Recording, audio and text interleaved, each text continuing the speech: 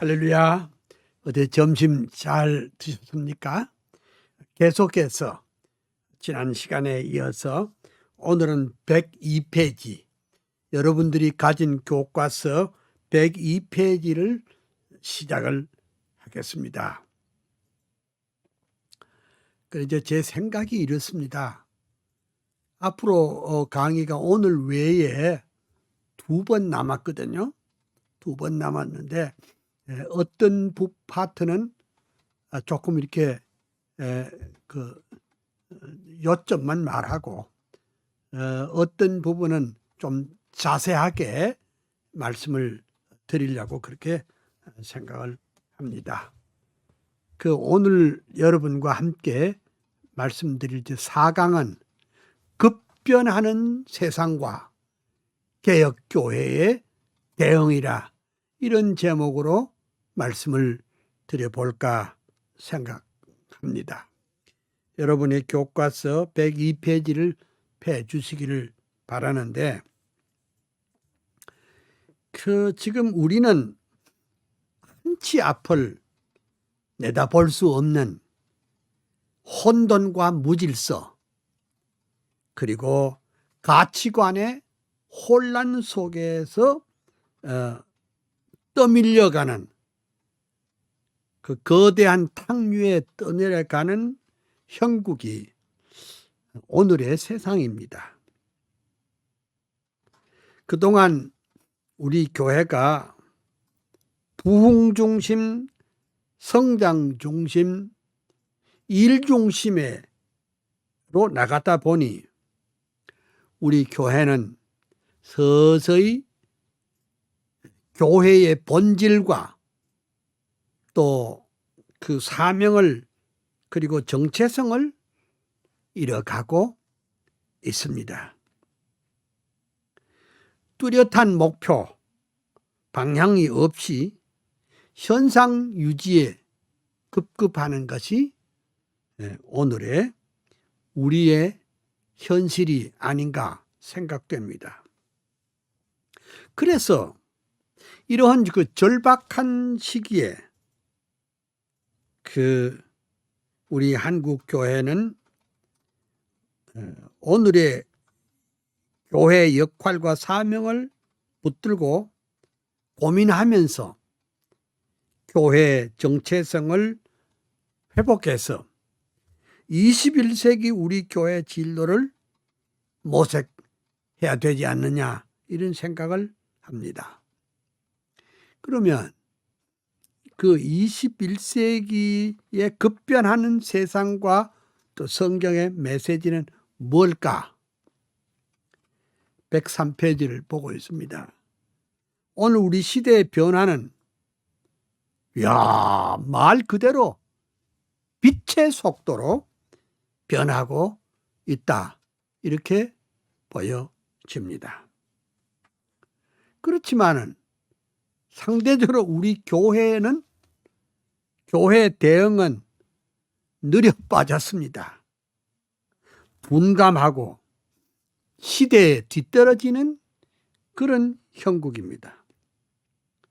사실 이 세상이 전부 다 디지털화되어 가고 컴퓨터를 통해서 모든 서류와 모든 예약과 자금 결제가 이루어지기 때문에 이를 따라잡지 못하는 세대들은 시대의 나가좌가 되고 있습니다. 참 죄송합니다. 저부터도 큰일입니다. 제가 이제 80이 넘었는데, 제가 이게 저는 아날로그 시대이잖아요. 근데 하도 디지털 문화가 빨리 발전되기 때문에 제가 잘 못 따라가요. 참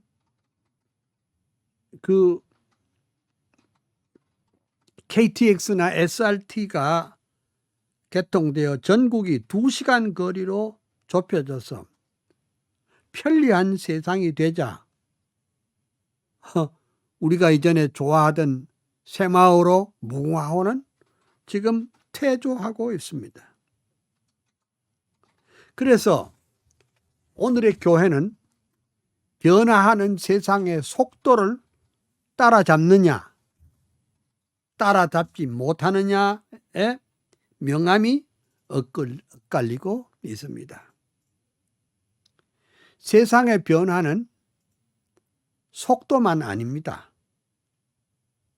세상의 변화는 철저하게 세속화되고 부패하여 수습 방안을 찾기가 어렵습니다. 그럼에도 불구하고 우리가 확신하는 것은 세상이 빛의 속도로 변하고 있지만 그래도 우리는 변치 않는 진리, 변치 않는 하나님의 말씀의 잣대로 세상과 우주와 인생을 보아야 한다는 것입니다. 다시 말하자면 변하는 세상에 변치 않는 진리를 우리가 확고히 붙잡아야 된다는 것입니다. 아무리 우리에게 오늘 우리 시대에 문화 충격이 많다고 할지라도 우리에게는 영원한 진리가 있다는 그 자체가 우리의 소망이며 확신이며 축복이라고 할 수 있습니다. 성경에 해 아래는 새 것이 없다는 말씀처럼 이건 그 당시 사람에게만 주어진 것이 아니라 오늘을 살아가는 우리들에게도 주시는 하나님의 말씀인 줄 믿습니다. 자, 우리 시대를 뭘로 표현할까? 성경대로 보면 우리 시대는 패역한 시대입니다. 마태복음 17장 17절, 사도행전 2장 40절 등에 보면은 예수께서 대답하여 가라사대 믿음이 없고 패역한 세대여라고 했습니다. 물론 예수님이 하신 말씀은 2000년 전에 하신 말씀이지만은 역시 이 말씀은 오늘을 살아가는 우리들에게 주시는 메시지라고 볼 수도 있습니다. 그 다음에 사도행전 2장 40절에 베드로는 설교하면서 너희가 이 패역한 세대에서 구원을 받으라 그랬습니다. 우리 시대는 확실히 패역한 시대입니다. 이 뜻이 무슨 뜻입니까? 우리 시대는 불신앙적이고 부도덕하고 사악하고 뒤틀려진 폐륜화적인 시대란 말뜻이겠죠. 우리 시대는요, 위도 없고 아래도 없고 어른도 없고 스승도 없는 완전히 제 멋대로 삶을 사는 시대라고 할 수가 있습니다. OECD 국가 중에 이혼율이 미국 다음으로 많은 나라가 또 결혼한 사람들의 절반가량이 이혼한 나라, 대형 교회가 가장 많은 지역에서 성적 타락이 가장 많은 나라에 우리는 살고 있습니다. 이 패역한 세대란 말 외에 달리 말할 방법이 없습니다. 그 다음에 이제 성경이 우리에게 가르치는 메시지는 피리를 불어도 춤추지 않는 시대라고 할 수 있습니다. 마태복음 11장 16절에서 17절 또 누가복음 7장 32절에 보면 이 세대를 무엇으로 비유할꼬? 비유컨대 아이들이 장터에 앉아 제 동물을 불러 이르되 우리가 너희를 향하여 피리를 불어도 너희가 춤추지 않고 우리가 슬피 울어도 너희가 가슴을 치지 아니하였도다 라고 했습니다.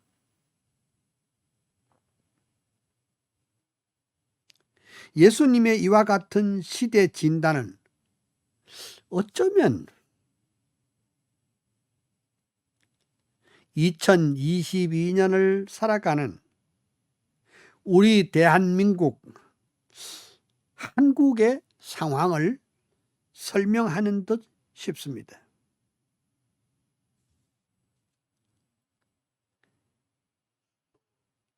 예수님의 이와 같은 시대 진단은 당시 시대 진단도 맞습니다만은 바로 오늘의 시대 진단이라고 볼 수가 있습니다. 세례 요한 같은 선지자의 메시지에 귀를 기울이지 않는 사람, 얼음장처럼 차디찬 가슴을 책망하고 있습니다. 야, 요즘 사람들은 피리를 불어도 춤추지 않고 얼음장처럼 차디찬 그런 사람들이 옳습니다. 진리에 대해서 마치 발바닥처럼 굳어져 무심한 현대인의 삶과 아주 비슷합니다. 그래서 우리 시대가 지금 전도의 문이 꽉 막혔습니다. 그래서 사람들은 순수한 복음에 대해서는 귀를 다 막고 있습니다. 그리고 그 대신 어떤 데 몰립니까? 눈과 귀를 즐겁게 하는 곳에만 관심을 가지고 있습니다. 그 다음에 이제 세 번째가 뭐냐? 그것은 인본주의와 유물주의 그리고 배금주의가 난무한 시대가 오늘 우리 시대입니다. 사도 바울은 그의 말년에 사랑하는 믿음의 아들 디모데에게 말세에 일어날 일에 대해서 경고를 했습니다. 바울은 성령의 감동으로 장차 되어질 일을 훤히 꿰뚫고 있었습니다. 그것은 당연히 너무나 정확해서 오늘 우리 시대를 카메라로 정확하게 클로즈업한 것과 꼭 같습니다. 디모데후서 3장 1절에서 4절 너희가 이것을 알라. 말세에 고통하는 때가 이르러 사람들이 자기를 사랑하며 돈을 사랑하며 자랑하며 교만하며 비방하며 부모를 거역하며 감사치 아니하며 거룩하지 아니하며 무정하며 원통을 풀지 아니하며 모함하며 절제하며 지 못하며 사나우며 선한 것을 좋아하지 아니하며 배신하며 팔며 조급하며 자만하며 쾌락 사랑하기를 하나님 사랑하는 것보다 더 하며 경건의 모양은 있으나 경건의 능력은 부인하는 자니 이 같은 자들에게 네가 돌아서라 그렇게 말했습니다. 와,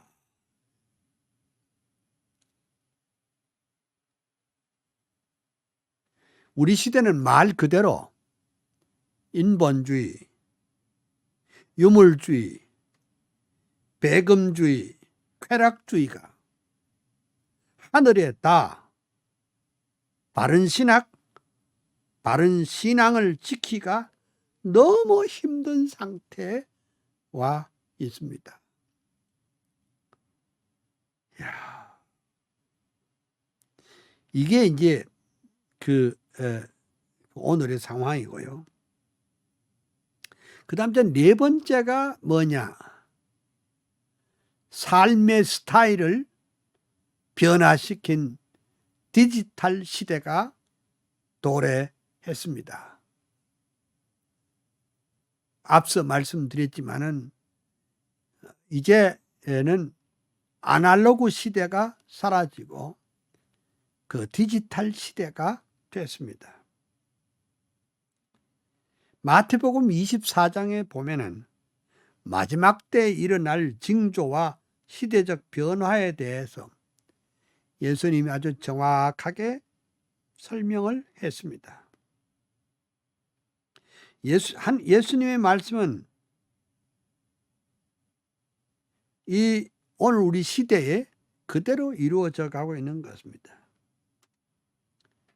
그 중에서도 우리 시선을 끄는 말씀은 그 27절 말씀에 24장 27절 말씀에 번개가 동편에서 나서 서편까지 번쩍임과 같이 인자의 임함도 그러하리라.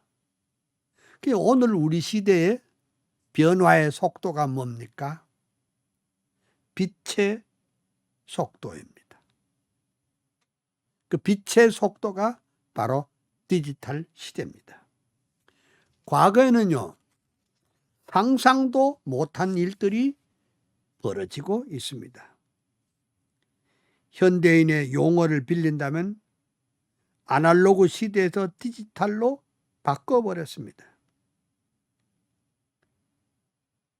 아날로그 시대 사람들과 디지털 시대 사람으로 구별되면서 그 둘 사이에는 세계관도 다르고 우주관도 다르고 인생관도 다르고 신앙관도 엄청 다르게 변했습니다.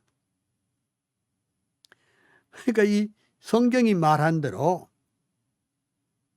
그 속도가 너무나 빨라서 번개가 동편에서 나서 서편으로 번쩍임 같다는 예수님의 표현은 아주 적절한 것 같습니다.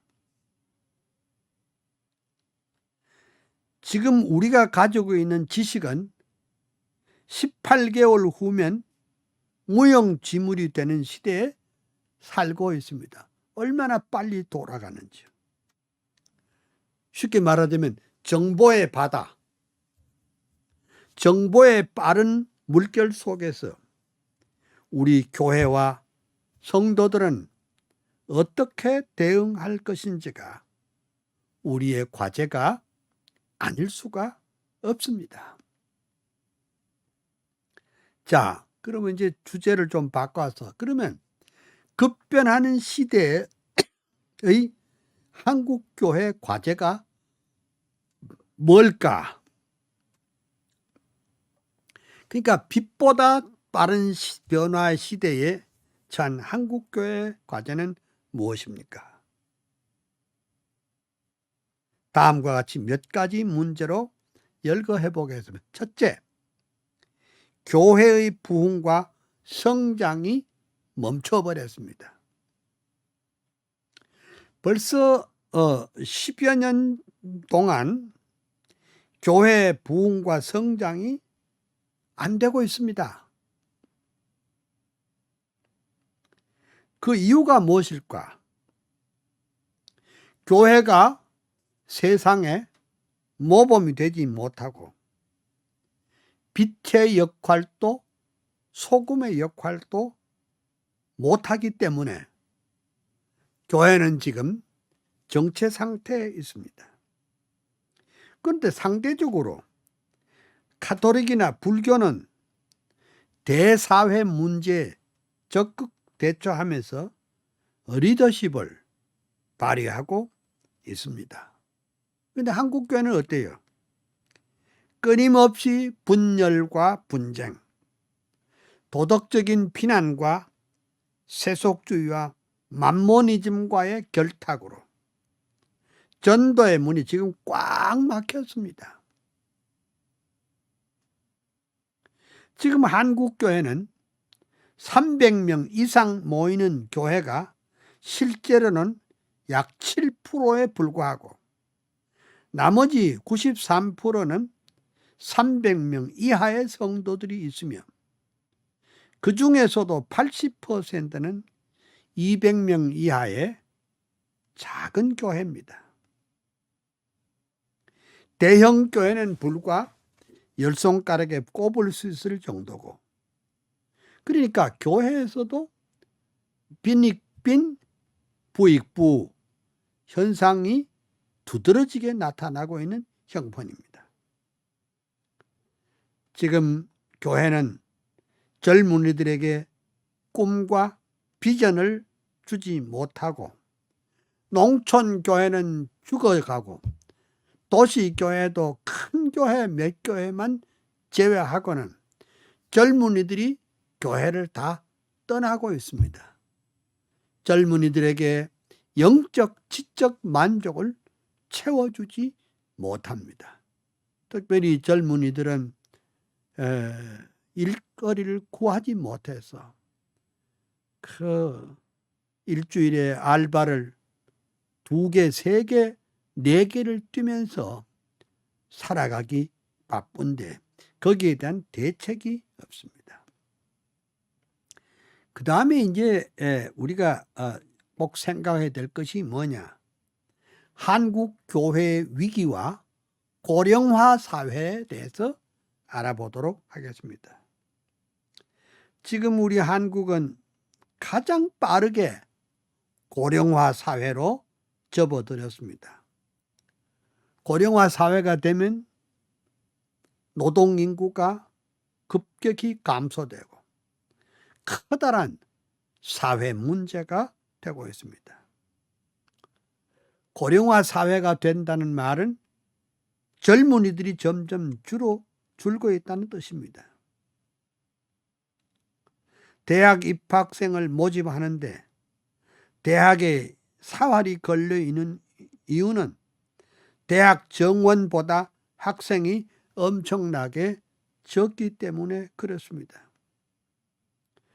지금 유치원의 경우도 입학 아동이 줄어들어 매년 추가 모집을 해도 정원 미달하는 사태가 됐습니다.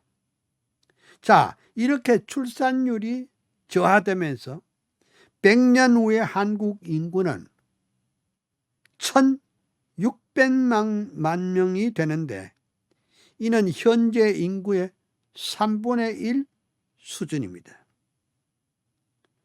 이런 사회적 현상을 보면서 오늘의 한국 교회가 위기에 처할 수 있다, 이렇게 말씀드립니다. 앞으로 100년 후에는 문을 닫는 교회가 속출할 것이고 교회 공동화 현상이 일어나고 신학 교육과 교회 재정 문제 감당할 수 없는 일이 일어날 것을 예시하는 것입니다. 이번 코로나 사태로 말미암아 교회 문을 닫은 어린 개척교회가 약 6천 교회에서 약 1만 교회가 문을 닫았다고 하지 않습니까? 그래서 심각한 문제입니다. 그래서 이런 문제에 대해서 교회는 어떻게 대안을 만들 것인가? 그 다음 세 번째는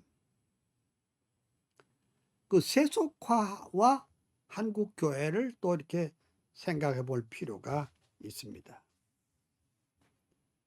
한국 사회는 지금 세속화의 극에 달했습니다.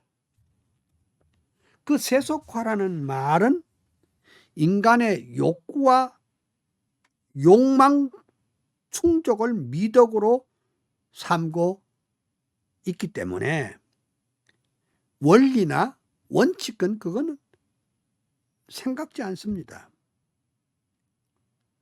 그리고 지금 한국교회 세속화가 뭐냐? 윤리도 도덕적인 기준도 없이 감정이 이끄는 대로 가는 자유주의적 세계관을 갖고 있습니다.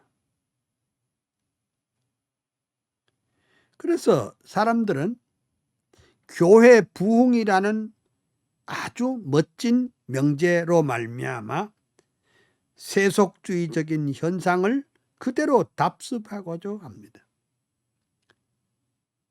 좀 구체적으로 말씀드리면은 예배의 세속화, 설교의 세속화, 교육의 세속화, 교회 정치의 세속화, 교회 행정의 세속화 등 전반에 걸친 세속화가 교회의 부흥과 성장을 가로막는, 그리고 진리운동에 역행하고 있음을 우리는 깨달아야 할 것입니다. 근데 이제 제가 여러분들에게 이제 그러면 대안이 있느냐?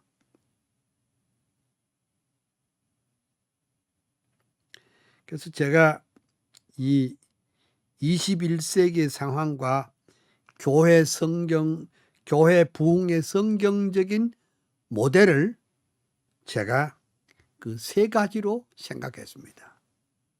첫째는 하박국 3장의 부흥 모델, 둘째는 사도행전 6장 모델, 세 번째는 시편 67편 모델, 이것을 여러분에게 제안 드리고 싶습니다.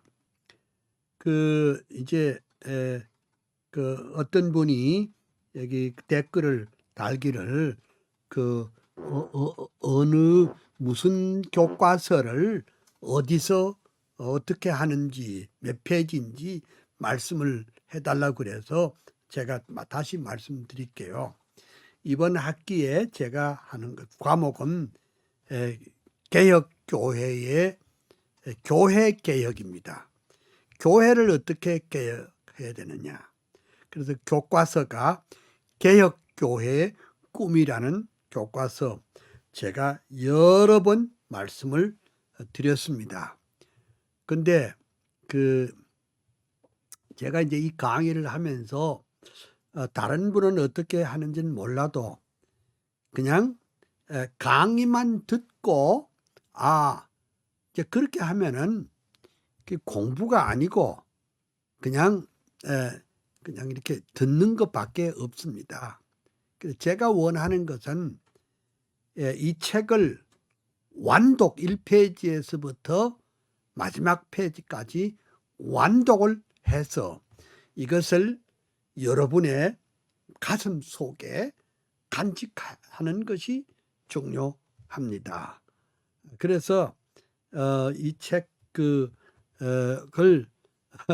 구입을 하라고 한 것은 이게 딴 게 아니고 이 책을 1페이지에서 마지막 페이지까지 이걸 읽으라고 그렇게 하는 겁니다. 그냥 듣기만 하고 그냥 돌아서면 다 잊어버리면 그러면 안 되잖아요. 그러니까 논리적으로 합리적으로 이론적인 것을 무장을 하고 그것을 구체적으로 성령의 능력으로 세상과 죄를 이기고 그리고 힘있게 일할 수 있는 여러분 되시기를 소원하는 것입니다. 그래서 이제 지금 우리 시대가 피리를 불어도 춤추지 않는 이런 시대, 아주 세속주의가 아주 넘치는 이 시대에, 그리고 교회의 부흥은 막혀지고 또 말하자면 어린 교회, 개척교회가 문을 닫는 것이 속출하는 이 시대, 그래도 무슨 대안은 없는가?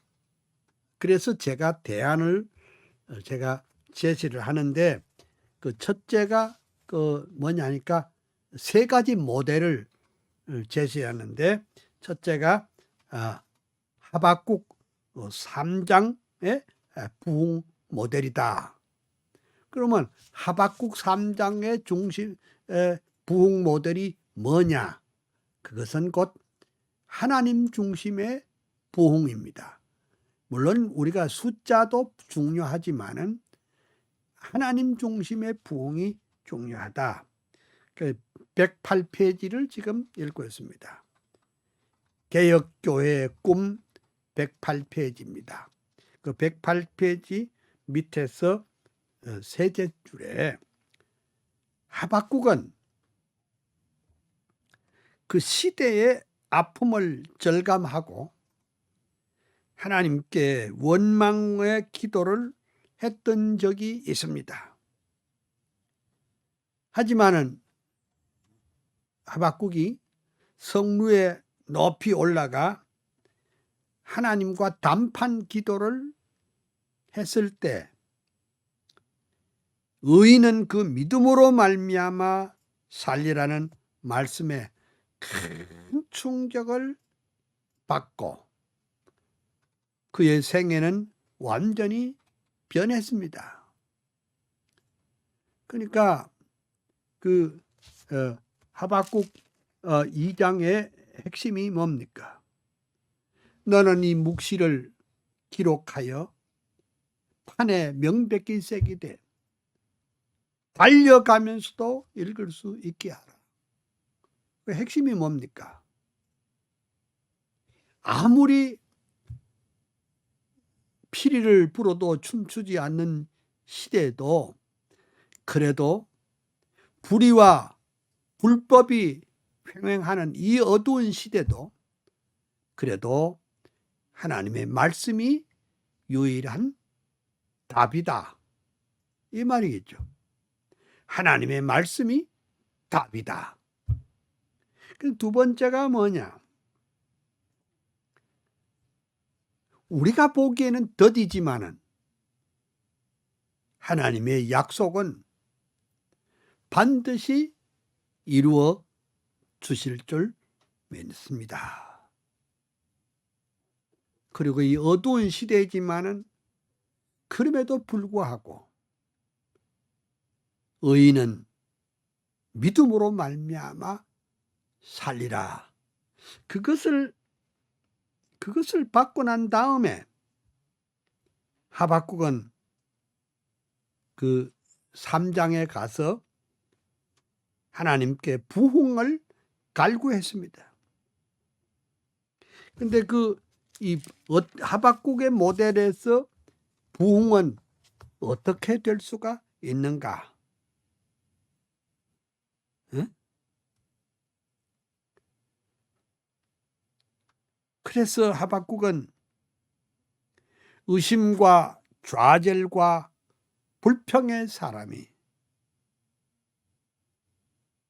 하박국 2장 20절에 오직 여호와는 그 성전에 계시니 온 땅은 그 앞에서 잠잠할지니라. 그렇게 말을 했습니다.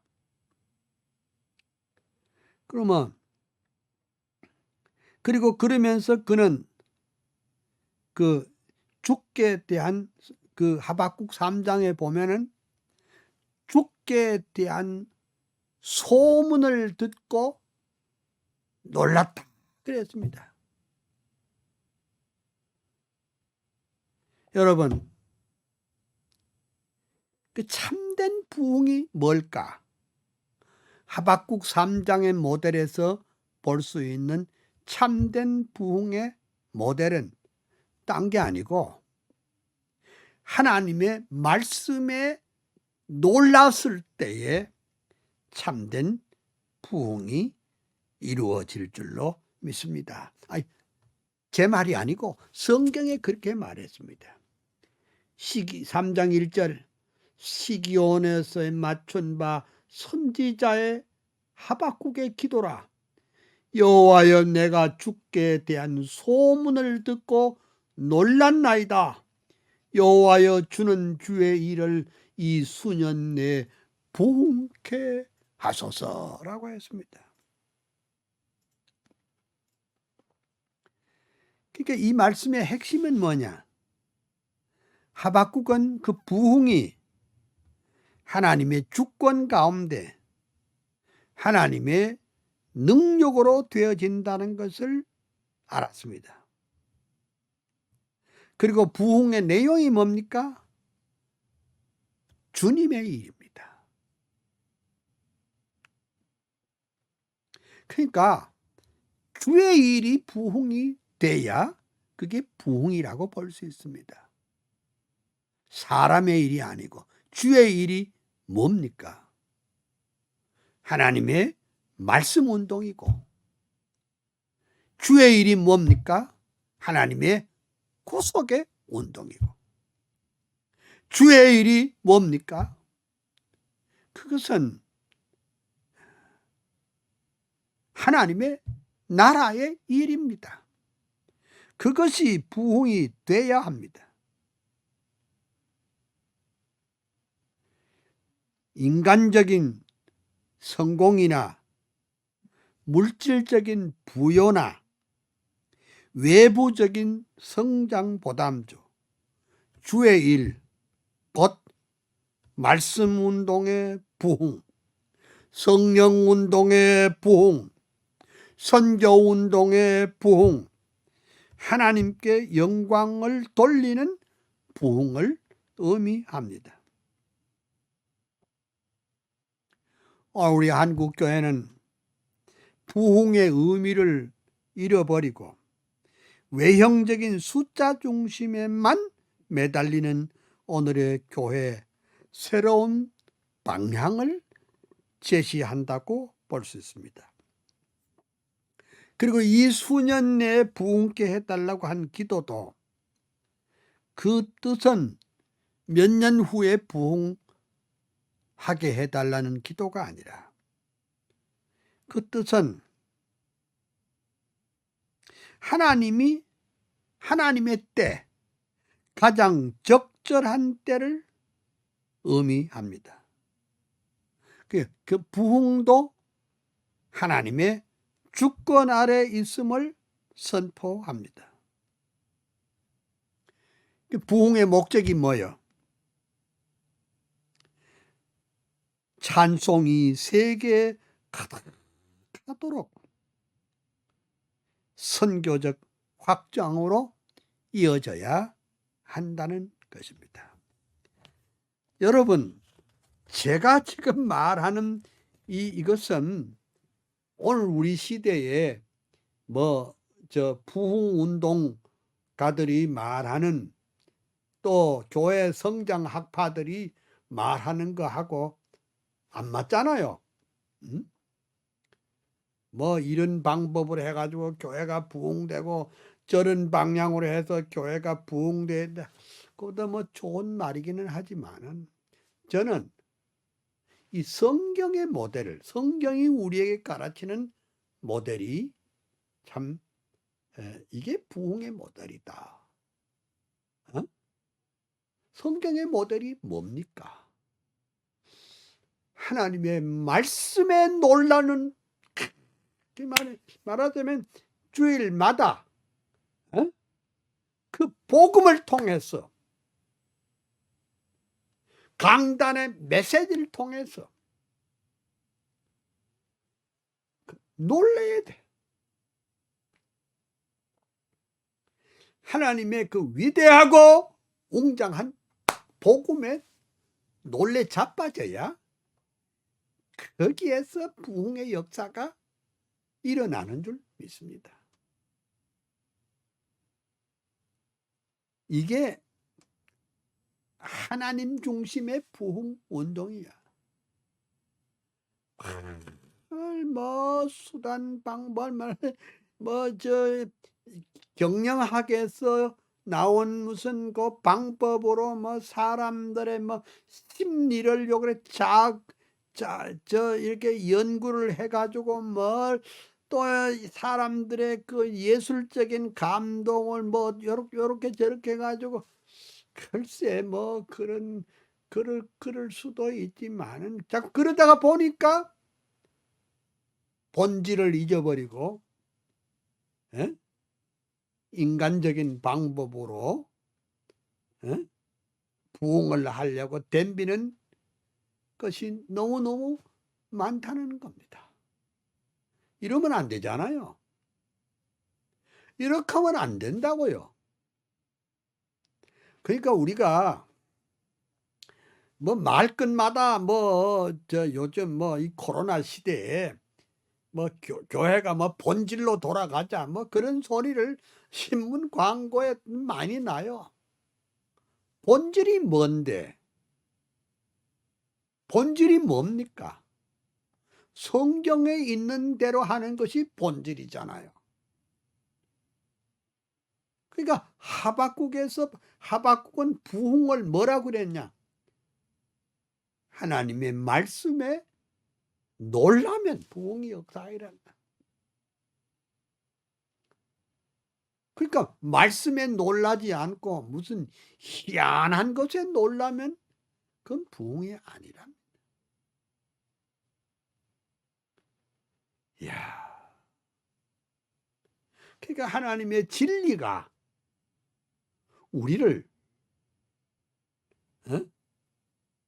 막 우리의 말하자면 영적으로 충만한 진리가 우리 속에 들어와서 우리로 하여금 깜짝 놀랄 그런 형국이 돼야 교회가 부흥된다.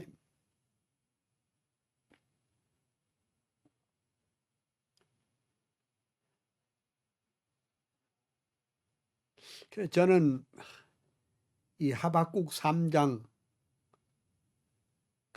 1절에서 2절까지 그다음 3절까지 내용을 보고 그러니까 제가 놀란 거예요.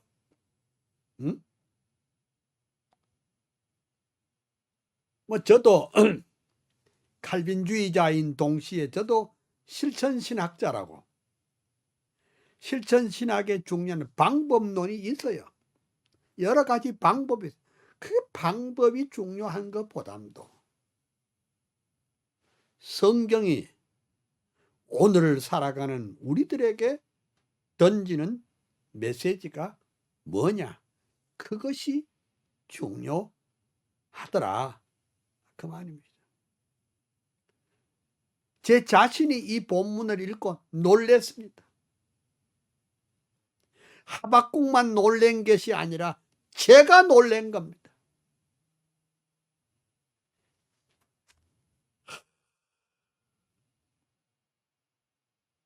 여호와여, 주께 대한 소문을 듣고 놀랐나이다.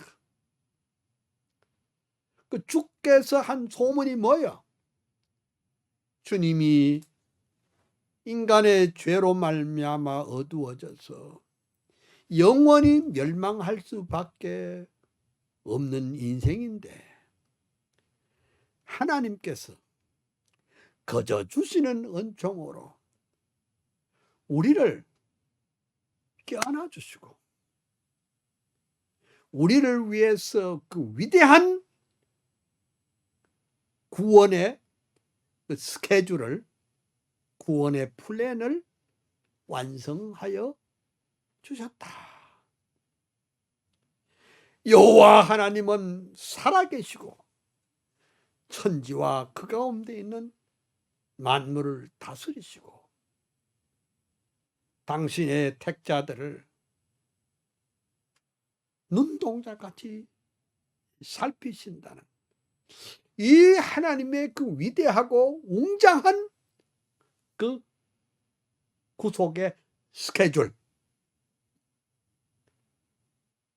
이 위대한 진리, 하나님이 여호와 하나님만이 참된 하나님이시고 여호와 하나님만이 구속주 하나님이시고 여호와 하나님만이 심판주 하나님이라는 그거 하박국이 주께 대한 소문을 듣고 놀랐나이다. 저도 놀랐습니다. 그 놀라움 때문에 부흥의 역사가 일어난다. 그 말이에요. 그러니까 사랑하는 여러분, 혹시 이 방송을 듣고 있는 분 가운데 또 어린 개척교회를 심우하는 분들도 아마 있을 거예요. 응? 연약한 교회도 있을 거예요. 또 교회 개척을 준비하는 사람도 있을 거예요. 또 그렇지 않으면 집사로서, 장로로서, 평신도로서 주님의 몸된 교회를 잘 섬기는 분들도 있을 거예요. 딴 거 없어요.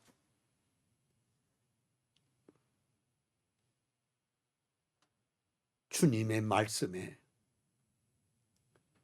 주님의 그 여호와의 하신 그 사역에, 소문에 놀래 자빠져야 돼. 에? 놀래 자빠져야 비로소 역사가 일어납니다. 하나님의 진리는 우리를 아주 옛사람을 완전히 까부시고 새 사람으로 거듭나게 합니다. 여러분, 이 교회 안에 무슨 일이 일어났냐? 이 말하자면 옛사람이 죽어지고 새 사람으로 변화하는 이 교회는 뭐예요? 변화를 일으키는 곳이 교회입니다. 내가 가끔 이런 얘기를 합니다. 교회는 산부인과 병원과 같다. 교회가 산부인과 병원이 고요하면은 그 산부인과는 망하잖아요. 그 산부인과 병원에는 그 아기를 생산하기 위한 그 엄마의 그 진통때 고함 소리가 있잖아요. 나는 우리 아이들 둘 아이들 날 때 옆에서 있었어요. 그대로 있어요. 막 사투를 벌이는 산모 그 고함 소리가 있어야 돼요. 그다음 조금 있으면 아기가 나와요. 그러면 으아 하고 울음이 터지고, 그 다음에 할머니가 막 박수를 치면서 기뻐하는 일도 있습니다. 여러분, 교회는 새 생명이 탄생해야 됩니다. 새 생명을 탄생하려면 어떻게 되느냐? 내가 주의 소문을 듣고 놀랐습니다. 그러니까 우리식으로 표현할게요. 놀래 자빠져야 돼요.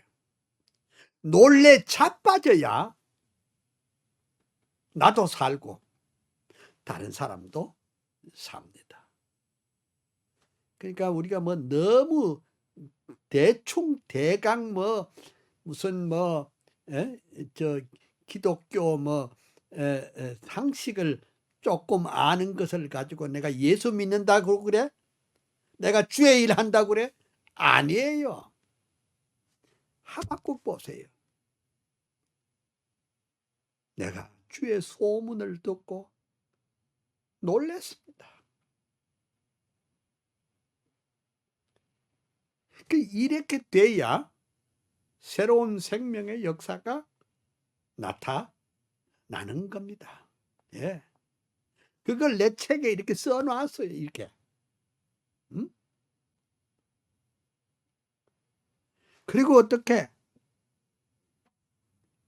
여호와여, 주는 주의 일을 이 수년 내에 부흥케 하옵소서. 복음에 놀라지 않는 사람은 부흥을 기대하지 말아야 돼.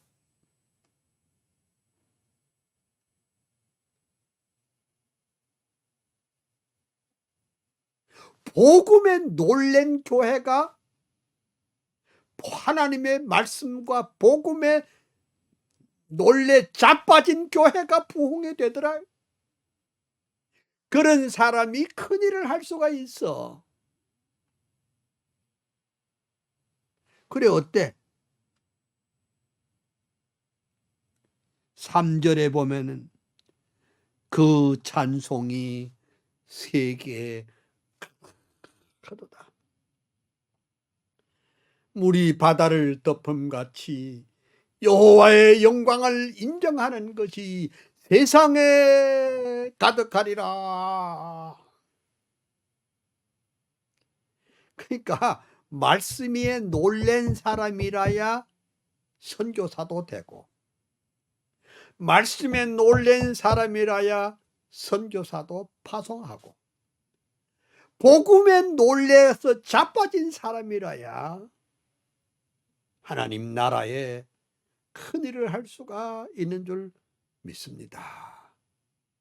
이건 내가 이번 강의 여기 핵심이요. 한국교회가 무슨 이렇게 뭘 안 된다, 된다, 안 된다, 뭔 문제가 있다, 어떤 방법으로 하면 되느냐. 그게 중요한 게 아니고, 말씀에 놀래 자빠져야 돼. 주님의 말씀이, 복음이 옛사람을 완전히 파쇄시키고 새롭게 변화되면은 하나님이 우리에게 부흥의 역사를 주실 줄 믿습니다. 그 다음 이제 사도행전 6장 모델을 한번 보겠습니다. 사도행전 6장 모델입니다.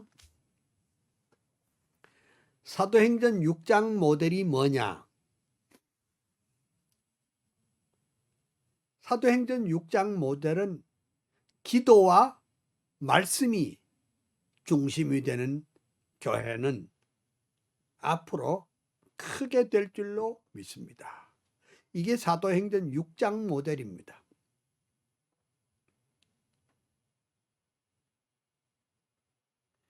여기 보면 그 사도행전 6장 4절에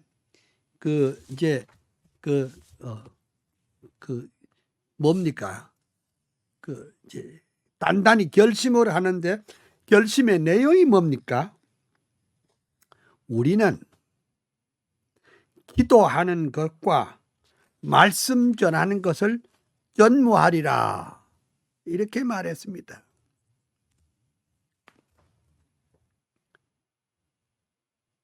그럼 예루살렘 초대교회가 은혜롭고 충만한 교회냐? 아닙니다. 예루살렘 초대교회도 말이 많았습니다. 왜 말이 많았느냐? 토박이 유대인들과 외국에 살다가 오순절에 와가지고 은혜 받고 성도가 된 사람들 사이에 두 부류가 있었습니다. 토박이와 들어온 사람. 그러니 어떻게? 교회 갈등 구조는 이질적인 구성과 한치의 양보도 없는 대결 구도로 분열 직전까지 이르렀습니다. 그래 이제 여러분, 그 2000년 전에 사도행전 6장에 있는 초대교회만 골치 아프고 문제 있었던 거 아니에요. 오늘 우리도 마찬가지입니다. 지금 교회가 똑같아요. 꼭 보면 교회는 두 그룹이 있어요. 개척 그룹과 나중에 들어온 그룹. 심각합니다. 심각해요.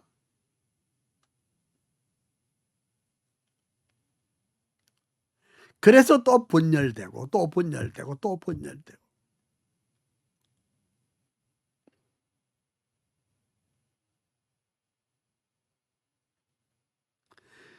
그래서 사도들이 모여서 해결 방안을 모색하는데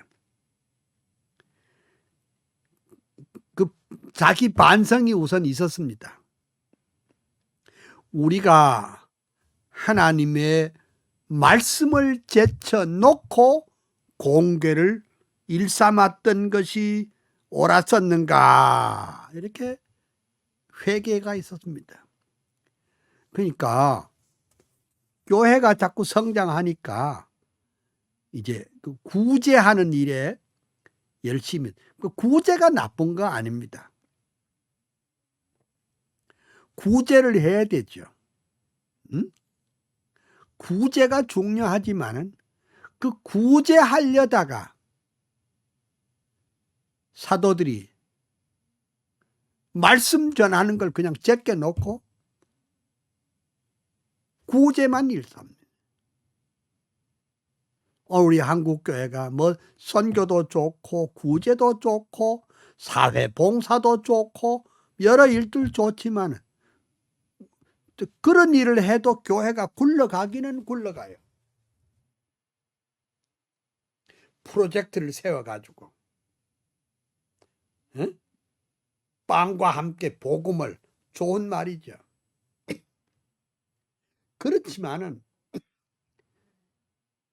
교회가 먼저 할 일과 나중에 하는 일을 그냥 이렇게 바꿔버린 경우가 참 많습니다. 구제가 중요합니다. 이웃을 돕는 것도 중요합니다. 초대교회는 그거 하다가 말씀 전하는 것을 소홀해집니다. 복음 운동에 소홀해졌습니다.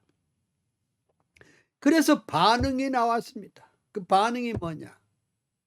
우리가 말씀을 제쳐놓고 구제를 일삼았던 것이 정말 이게 제대로 된 거 맞느냐? 이런 반성이 있고 난 다음에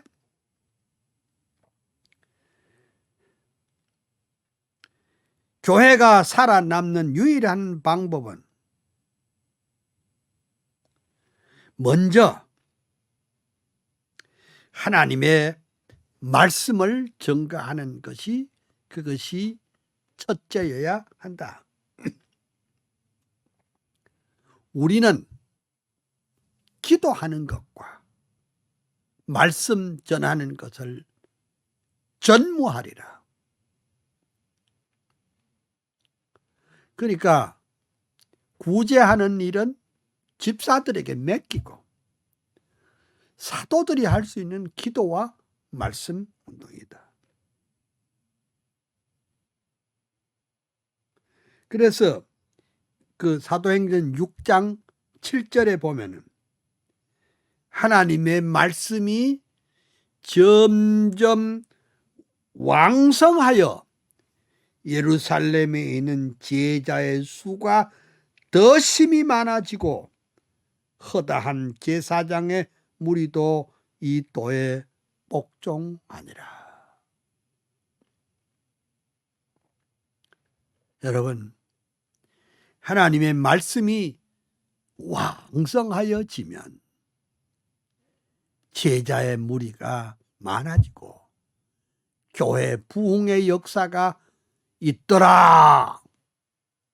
요게 이제 사도행전 6장 모델입니다. 그 다음 세 번째는 시편 67편 모델입니다. 시편 67편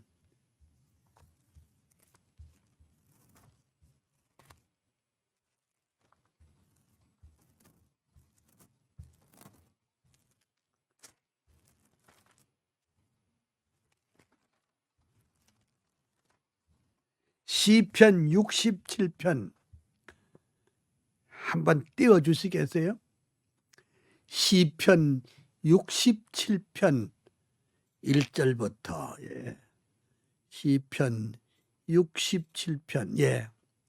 참, 이게 시편 67편은 구약의 대표적인 선교 시편입니다. 우리는 선교가 뭐 마태복음 그 마지막 28장 마지막 절에 너희는 가서 모든 사람으로 제자를 삼고 아버지와 아들과 성령의 이름으로 세례를 베풀라 하신 주님의 말씀이 이게 선교의 Great Commission이라고 선교의 대명이라고 우리가 알고 있지만은 이 시편 67편은 구약의 선교의 대명입니다. 보세요. 하나님은 우리를 긍휼히 여기사 복을 주시고 그 얼굴 빛으로 우리에게 비추사. 그 다음 2절 보세요. 주의 도를 땅 위에 주의 구원을 만방 중에 알리소서. 그러니까 시편 기자는 이렇게 했습니다. 주의 도를 땅 위에 주의 구원을 만방 중에 알리. 이게 선교요. 그러니까 주의 도를 땅 위에 주의 구원을 만방 중에 알리는 그것이 선교요.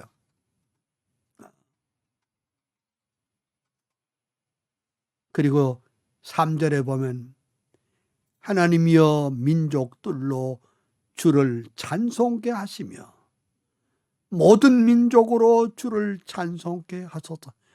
와, 이게 선교요.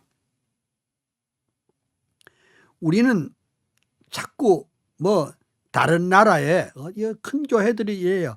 뭐 무슨 한국에 있는 교회가 무슨 무슨 대동교회라 하면 아이고 다른 나라에서 필리핀 대동교회 나이제리아 대동교회 이렇게 하는데 그게 아니고 민족들로 주를 찬송케 하시고 모든 민족으로 주를 찬송케 해야 됩니다.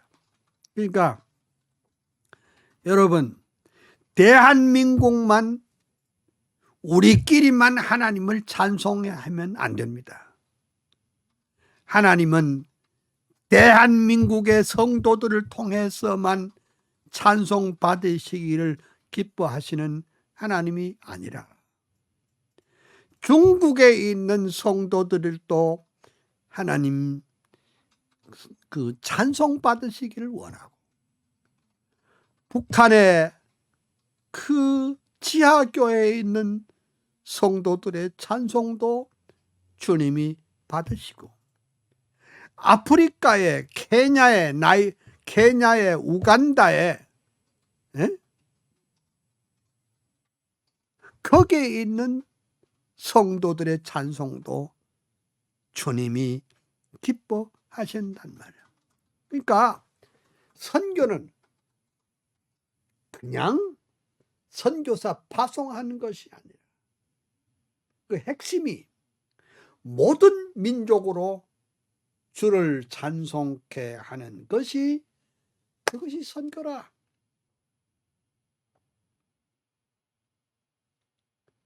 사절 보면 열방은 기쁘고 즐겁게 노래할지니 주는 민족들을 공평히 판단하시며 땅 위의 열방을 치리할 것입니다. 셀라.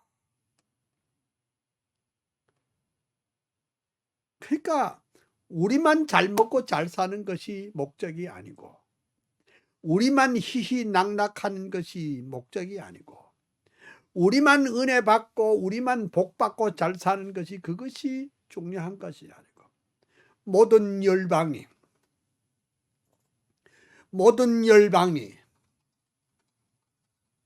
모든 민족이 기쁘고 즐겁게 노래해야 되기 때문에 선교해야 되고 왜? 주님은 민족들을 공평히 판단하시며 땅 위에 열방을 치리하실 것입니다. 그러니까 하나님은 대한민국만 축복해 주시기를 원하면 안 됩니다. 아프리카도, 아시아도, 남미도, 저 북방도, 남방도 그 백성들이 하나님 앞에 돌아와 기쁘고 즐겁게 하나님을 찬양하는 것이 하나님이 본 뜻입니다. 그리고 5절 보겠습니다. 5절 하나님이여 민족들로 주를 찬송케 하시며 모든 민족으로 주를 찬송케 하소서. 야, 이게 선교의 본질이고 이게 오늘 우리 교회의 본질이 돼야 됩니다. 우리가 예수 믿고 복 받았어. 우리만 잘 먹고 잘 사는 거 그거 아니고 우리 기도가 이래야 됩니다. 하나님이여 민족들로 주를 찬송케 하시며 모든 민족으로 주를 찬송케 해야 됩니다. 6절 땅이 그 소산을 내었도다. 하나님 곧 우리 하나님이 우리에게 복을 주시리로다.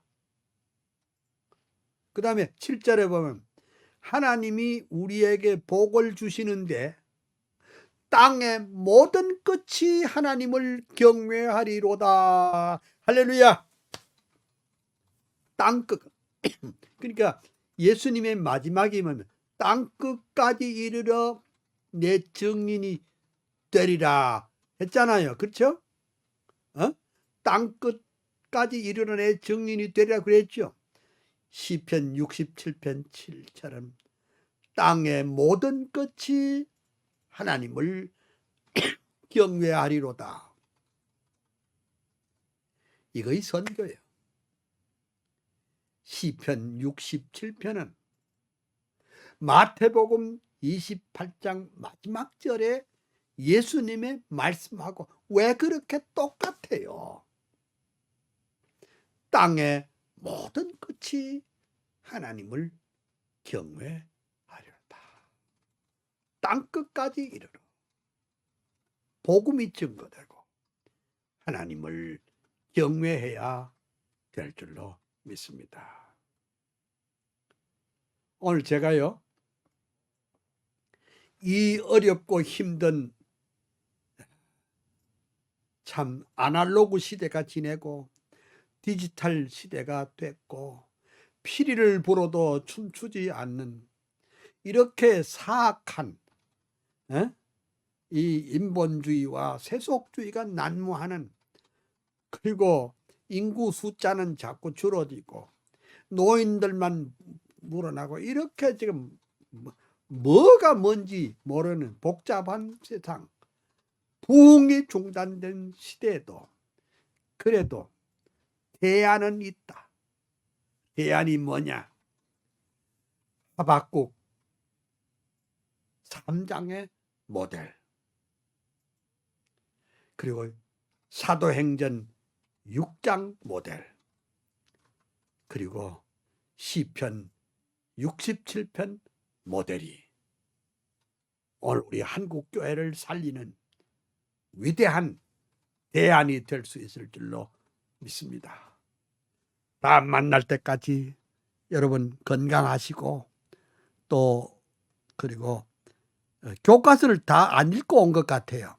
제가 이제 여러분이 말씀드린 것은 이게 이제 어디까지 하는지는 모르지만 여러분들이 이걸 100% 마지막 페이지까지 읽고 밑줄 쫙 긋고 여러분들이 사상으로 이렇게 가져야지.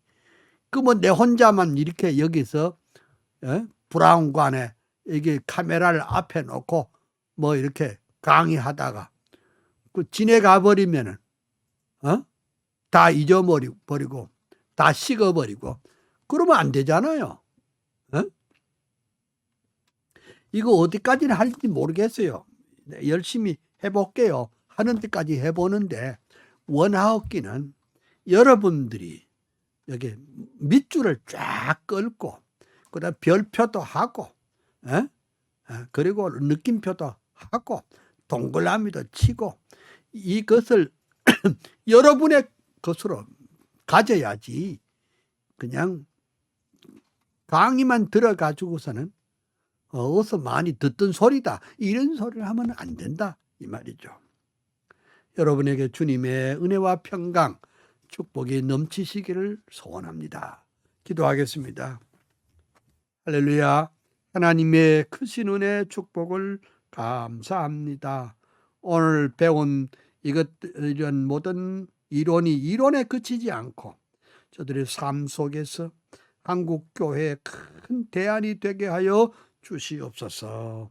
이 방송을 듣고 있는 사랑하는 주의 자녀들에게 하늘의 복, 땅의 복 넘치도록 채워주시고, 저들의 삶을 통해서 하나님 앞에 큰 영광을 돌리게 해주시고, 금년 한 해 동안 그리스도 안에서 승리할 수 있는 주의 자녀들이 되게 하여 주시옵소서. 예수님 이름으로 감사기도 드립니다. 아멘.